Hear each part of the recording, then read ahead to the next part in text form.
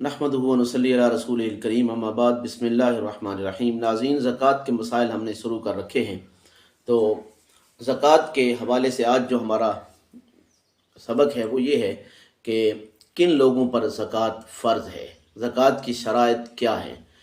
Number 1، مسلمان ہونا، کافر پر زکوٰۃ فرض نہیں۔ نمبر 2، بالغ ہونا، نابالغ پر زکوٰۃ فرض نہیں۔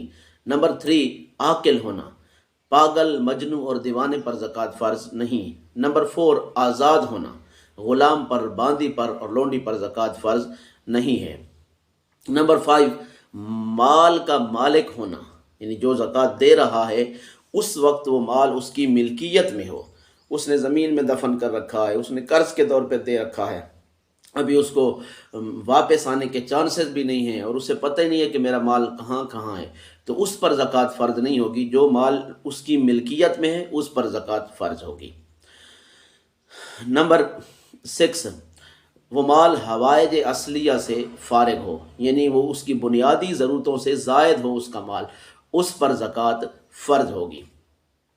نمبر 7، قرض سے بھی فارغ ہو مال، یعنی اس نے اگر قرض دینا ہے تو اس پر زکوٰۃ نہیں ہوگی۔ یہ اگر قرض اس نے ایسا دینا ہے کہ اگر وہ قرض دیتا ہے تو اس کے پاس قرض دینے کے بعد جو رقم رہ جاتی ہے وہ نصاب تک نہیں پہنچتی تو اس کو زکوٰۃ اس پر فرض نہیں ہے۔ ہاں، اگر وہ قرض بھی دیتا ہے اور اس کے بعد بھی اس کے پاس اتنی اماؤنٹ نقدی اور رقم رہ جاتی ہے کہ وہ نصاب تک پہنچتی ہے تو پھر اس کو زکوٰۃ اس پر فرض ہوگی۔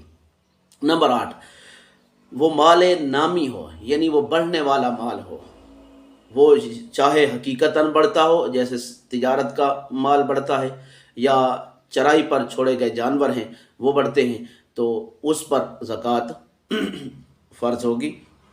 اور دوسرا، وہ حکمن یعنی سونا چاندی ہے، وہ حکمی طور پر بڑھتے رہتے ہیں، یعنی وہ مال نامی ہو، وہ بڑھنے والا ہو، اس پر زکوٰۃ فرض ہے۔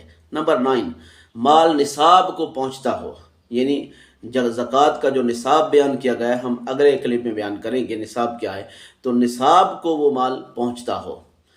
نمبر 10، سال گزر چکا ہو مال پر، یعنی وہ مال سال گزرے گا تو اس پر زکوٰۃ فرض ہوگی۔ یہ نہیں کہ ایک بندے کے پاس مال اتنا آیا، فوراً وہ مال اس نے کمایا، تجارت کی، جو بھی کیا، اور اس کے پاس وہ نصاب تک پہنچ گیا ہے مال، وہ صاحب نصاب بن گیا ہے تو اب فوراً زکوٰۃ دے، بلکہ ایسے نہیں، بلکہ اس کے پاس اب وہ سال گزرنا شرط ہے۔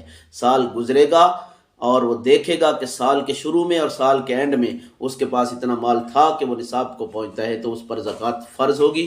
اسی طرح اس کو جو سال کا حساب لگایا جائے گا وہ قمری مہینوں کی صورت میں لگایا جائے گا، قمری مہینوں کے حساب سے، کہ جو چاند کے شرعی اور اسلامی مہینے ہیں ان پر حساب لگایا جائے گا اور پھر زکوٰۃ ادا کی جائے گی۔ وآخر دعوانا ان الحمد للہ رب العالمین۔